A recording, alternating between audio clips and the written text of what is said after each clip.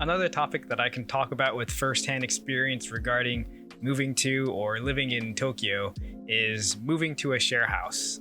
I moved into a share house while I was attending Japanese language school.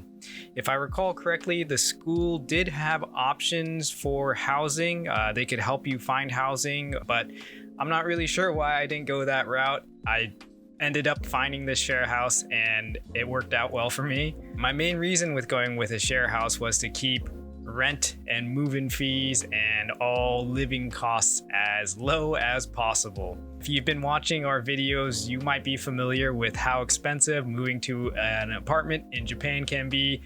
When you add up key money, a deposit, guarantor's fee, agency fee, first month prorated rent, it can really be a hefty amount to start with. And that's not to mention that if it's your first apartment, you're also going to have to furnish it.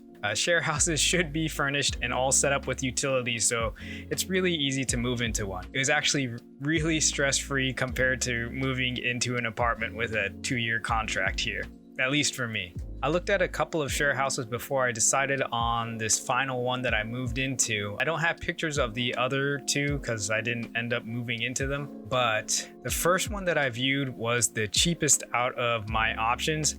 I don't remember exactly how much the rent was, but it was between 30,000 to 40,000 yen per month. But when I got there, it's immediately obvious why it was so cheap. The building was really old and it was kind of a mix between a dorm style share house, but there were also individual rooms.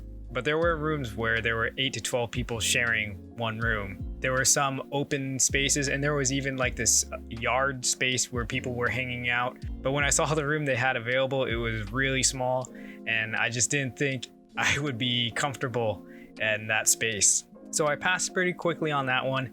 The next one I checked out was a dorm style building. It was pretty much exactly like my college experience back in the US. I think all the rooms were individual private rooms, but the showers were shared and the floors were separated between men and women.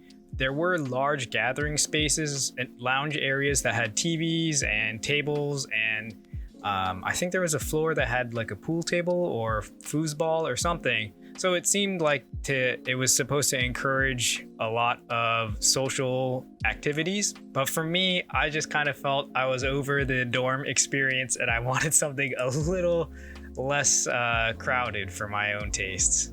And then the last share house that I checked out, which is the one that I eventually moved into, was in Kodaira City, which was off to the west. I had never even heard of this part of Tokyo until I moved there.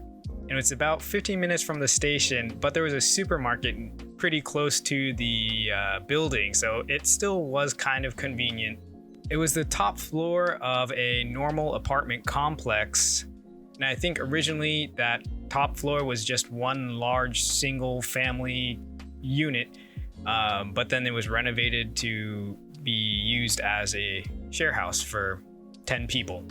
Walls were a little thin, and my room was kind of close to the kitchen, but I guess I lucked out with good share house members because there was only 1 or 2 times that I could remember where it was late at night and I really needed to sleep and someone was being loud in the kitchen. Our kitchen was pretty spacious. We had 2 or 3 rice cookers, 3 refrigerators, an oven, a microwave, but just 1 sink and 1 stovetop with 3 burners. So chances are that if one person was already cooking, it would just kind of be difficult to get another person in there. But if you were just heating something up in the microwave, that was pretty easy to do.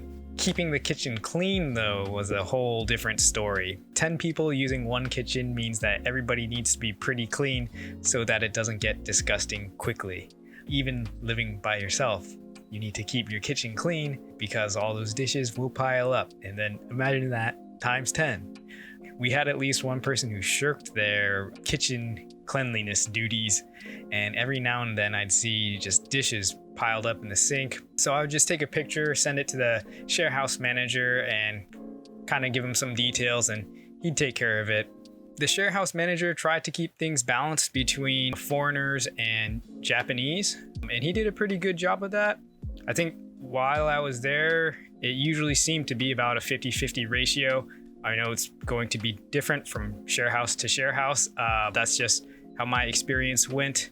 We had a monthly share house gathering party kind of thing. On one hand, it felt like a mandatory kind of like work gathering, but on the other hand, it did help to keep everybody with a sense of community, and it just kind of made the share house feel like a big family. Moving to a new city, let alone a new country, means you're going to have to rebuild your social circles.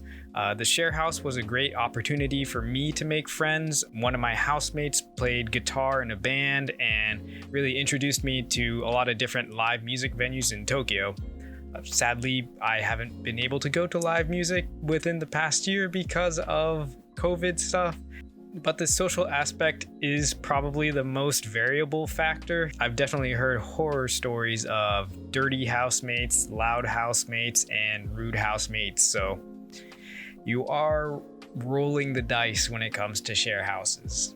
There was only one bathroom though, but surprisingly, everybody's schedules were so varied, it kind of worked out. We didn't even have to schedule who was going to use the shower at what time, but just having one washing machine for 10 people was a little bit more difficult. Oftentimes there would be somebody who just left their stuff in the washing machine, and it was kind of this awkward thing, is like, okay, well, do I take it out or are they gonna come and get it in the next 5 to 10 minutes? But no major issues. It was a relatively older building, probably built in the mid 80s or early 90s, and I don't think it was really meant for 10 people to be living in the same apartment unit.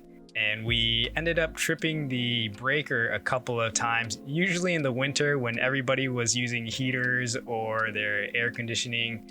The commute to downtown Tokyo wasn't terrible. It's about 25 to 30 minutes on an express train, but that express train only came through every 10-ish minutes. So if I missed it, on top of that 15-minute walk to the station, I just have to wait another 10 minutes at the station, and those days were pretty frustrating. Moving into the 23 wards means I haven't had to think about express trains that much. It's just really nice.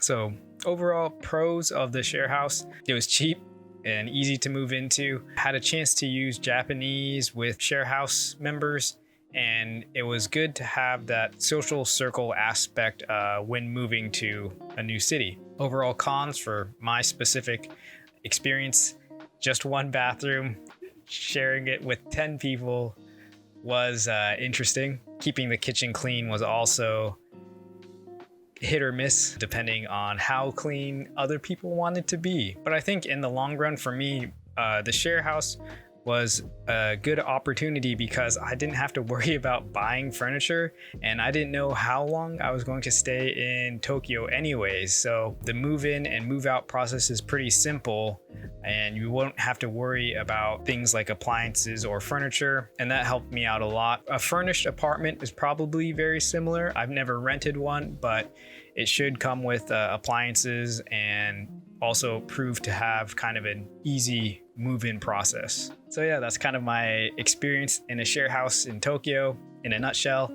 If you're interested in more info about share houses in Japan, I'll link some articles down below that go over share houses, and a link to all the share houses and guest houses that you can find on our website. Thanks for watching. I've still got other videos in the works that are going to be covering different topics about moving to and living in Japan, I guess specifically Tokyo, if I'm going to be using my own experiences. Anyways, take care, and I'll catch you guys in the next video.